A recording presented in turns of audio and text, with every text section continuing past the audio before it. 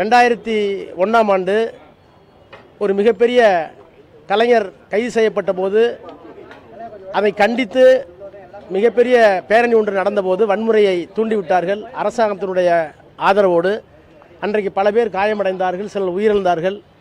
ஆனால் அந்த கோர சம்பவம் நடந்து கொண்டிருக்கிற போதே கலைஞர் தன்னுடைய உயிரையும் பொருட்படுத்தாமல் அதே இடத்துக்கு சென்றார் கலைஞர்.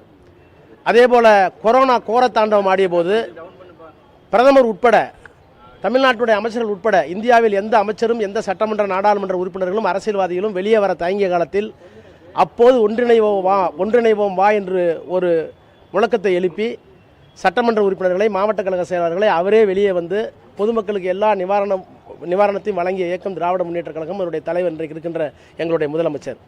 எனவே எப்போது ஒரு தேவை வருகிறதோ, ஒரு பரபரப்பான பதட்டம் வருகிறதோ, மக்களுக்கு தேவை வருகிறதோ, அப்போது எங்களுடைய உயிரையும் பணயம் வைத்து களத்தில் போய் நிற்பது தான் திராவிட முன்னேற்ற கழகத்துடைய வரலாறு என்பதற்காக சில இந்த உதாரணங்களை சொன்னேன். அதை போலவே இப்போது எங்களுடைய முதலமைச்சரும் செய்திருக்கிறார். இதில் அரசியல் கிடையாது. ஆனால் எனக்கு தனிப்பட்ட முறையில் சில கேள்விகள் இருக்கிறது. இப்படி களத்திலே நிற்க வேண்டிய தலைவர்கள் ஏன் கரூரில் களத்திலே நிற்கவில்லை?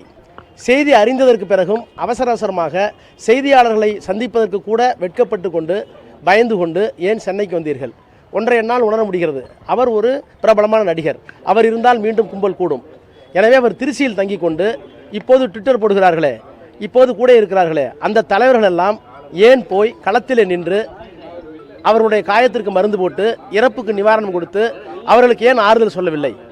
அவர்களை அறியாமல் அவர்களிடத்தில் இருக்கிற கில்ட்டி கான்சியஸ், குற்ற உணர்வு, நம்மால் தான் இது நடந்தது என்கின்ற ஒப்புதல் அவர்கள் மனசாட்சியில் இருக்கிற காரணத்தினால் அவர்கள் ஓடி வந்து விட்டார்கள் தான் உண்மை.